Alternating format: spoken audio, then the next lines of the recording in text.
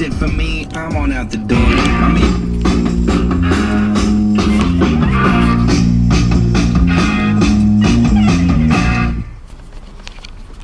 finally, it's vegetable season.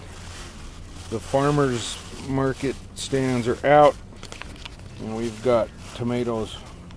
Yes, tomatoes and jalapeno, some kind of Thai chili thing, and green pepper.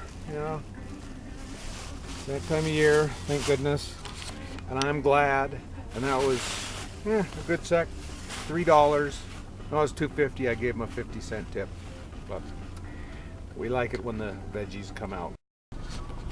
I think for the fun of it, I'll just do a day in the life, because today was fairly typical.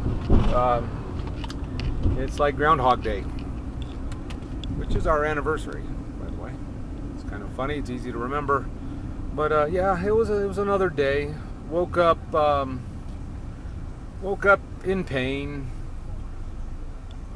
Lindsay was coughing. She got a bizarre kind of summer cold from Alexander, who's got it fighting fires on the last firefight out in the wildlands. So she can't shake it. It's been a rough one. So wake up, I stand up, I think, is this shingles? Have I got shingles? You know, my feet hurt, the bottoms of my feet hurt. That's a new thing. I mean, where's it? I don't have shingles, but you know, what's this getting out of bed? I mean, usually it's my knee, my back, a couple other things, but no, it's the soles of my feet hurt until I get down the stairs, and then they seem kind of to mellow out. Then it's coffee time, and then I cut the grapefruit, half a grapefruit each, and we talk. It's early morning. Go outside, see if the birds are out there, out in the backyard. They weren't today, so many, but and talk to the cat, look at the cat. The cat jumps up, likes to jump in Lindsay's lap during coffee, and we call it the amorous hour, because the cat is just in this amorous mood in the morning. After that, not so much, you know. It's on her terms. Rada, who is doing a lot better, by the way. We had that scare on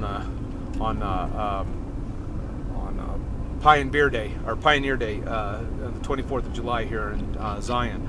Anyway, so we have our coffee and we talk about election and Calvinism versus free will. You know, and this is a fairly typical morning talk we have. It just kind of springs up, and we're just.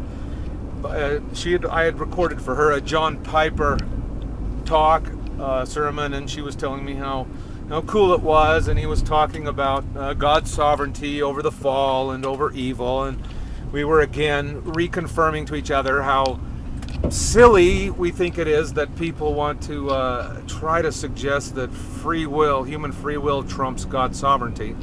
And then my point was, like, if you're going to fall, okay, you've got free will on one side, you've got God's sovereignty on the other. Which one are you going to pick? And which one are you going to fight for and argue for? And I'm thinking every time I'm going to fall on the side of God is sovereign. I'm God, not me. Not my free will is not going to be trumping God's anytime soon, anytime ever, past, present, future, no way. And just what is it in someone that wants to fight for? No, free will, human free will is supreme. That's the ultimate. No. Anyway, we had that talk, which we have quite regularly.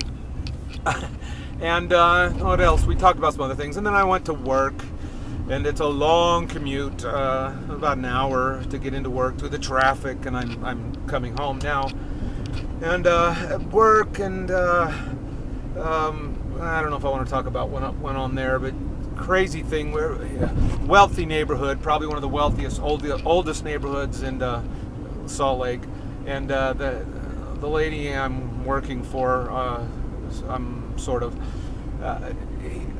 has a fence, and the neighbor painted one side of the fence, and instead of going and talking to them, they've got lawyers involved. And now what alarmed me today is now where the property line is, she's gonna cut across it, and he's got tomato plants that are growing there, and I'm all for tomato plants. I love tomatoes, and I just thought that was terrible. And anyway, that's a whole nother story. That's a day, but it's a day in the life of working on a job, and I come home, and when I get home, I'll tell the tales of the day. And mostly it was just me sanding and scraping, getting ready to paint this porch. And I listened to James White for a lot of the day, not all of the day. I heard some John Piper and Mark Driscoll, actually. Mark Driscoll and John Piper, and it made me realize I need to retract. I think in my blog I have thrown Mark Driscoll in with the emergent kind of seeker-sensitive fools. And I need to take that back, because he's actually, well, for one thing, he's reformed, and so he's got my support there. And from what I can tell, he has apologized for some of his more immature sermons, the kind of the language he uses. And anyway, I just mainly heard bad things. I had heard some quotes of his.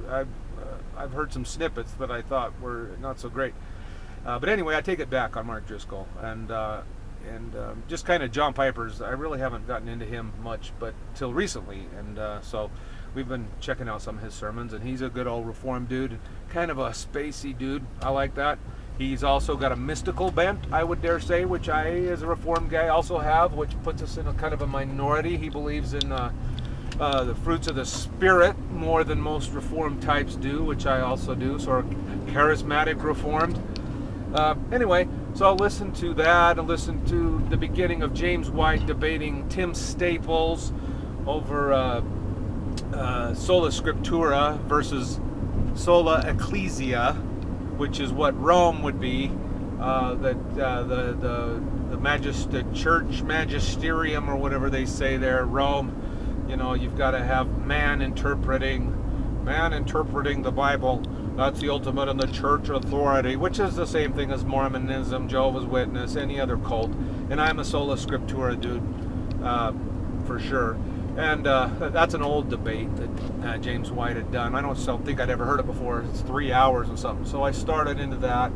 And then I listened to Mark Levin on talk radio, national talk show host, and he's very excited about his new book, The Liberty Amendments, as he's trying to save the country, realizing finally that we have a totally despotic, out of control federal government. So he's got his new book that's out, trying to utilize the Fifth Amendment of the Constitution to basically convene a constitutional convention between the states. And I love the idea. It's great in theory, but I think what Mark doesn't really realize, and a lot of these guys don't, well, there's the phone. That would be wifey, which is another part of the day in the life as I'm driving up the hill. There's the smoke from the fires, but anyway, heading up the hill, and I'll get this call, and maybe I'll finish this later. Okay, anyway, probably gonna run out of time here. This little mobile camera phone thing, well, it's not a phone, it's a camera. Isaac won for perfect attendance in high school about 4 years ago. I don't know, time flies. But it was like one of the first kind of YouTube Casio cameras, kind of a cheap little thing, but that's what we've got, so that's what we're using, that's what I'm using. Anyway, yeah, so a typical day in the life. What's for dinner? Not sure. Driving up the hill. What was I talking about? Mark Levin hoping to save America through the Liberty Amendments. See, what he doesn't quite realize, he's finally realized, as some of these people have, that our government's out of control and they're unconstitutional. I mean, it took people a while. The conspiracy theorists have been saying this for 50 years or more, actually longer than that, but I mean, really in print, been saying it for quite a while. And I've been saying it for 25 years. But see, all these guys used to make fun of that. If you called in a talk show or whatever and you started talking about the bigger picture, it's like, conspiracy theories, hang up on you. Well, these guys are kind of starting to wake up that something is very wrong. Yeah, and it is. It's a communist takeover, which is what I've been saying all along, and proven right. Only it's worse than that. It's worse that, saving America isn't going to do it. because it's a global conspiracy. It's the New World Order. And so, trying to fix America is only going to go so far. And they're never going to let us fix anything before they will start some type of crisis, and it will just go into full-on martial law, which is what all the cameras and the police, militarized police, are for. And those of us that have been watching this for a while already know that. So I hope you're like me and you're focusing on God and learning your Bible and getting into theology and doctrine and things that, if you're going to get obsessed and studying things, why not the things of God? Why not let's look into free will versus election? I mean, as far as spending your time through a day, you follow these fools, these lying political fools and liars and cretins and creeps and adulterers, and not that we're any better, but we're saved by Jesus, and so focus on the things of Jesus and spend your time that way, because this place is a wreck, and we already know where it's going. We know right where it's going, and it's going into the fire. This whole thing's going to be consumed in fire. And not that I'm against, though, I'm not saying be a pacifist either, because I think some people are called to make a difference now, because the kingdom has begun. And I'm intrigued by the Reformed view of millennialism. I haven't really, it's not something I've looked into too deeply, but I am pondering that. I think that's very interesting, the idea that the kingdom has begun, and everything that we do in our culture, our politics, is actually valid and constructive towards and cooperative in terms of establishing the kingdom. That's an interesting view, and it's called the optimistic view, that things are actually getting better and the kingdom is growing, and I can actually see that in a sense. But things are always looking rough. I mean, we've had barbarians coming over the walls since day one in the garden. So anyway, I don't know if you can catch that view of the smoke, wildfires everywhere, and I'm probably out of memory here anyway. But that's a typical day in the life, and we'll go home and we'll talk about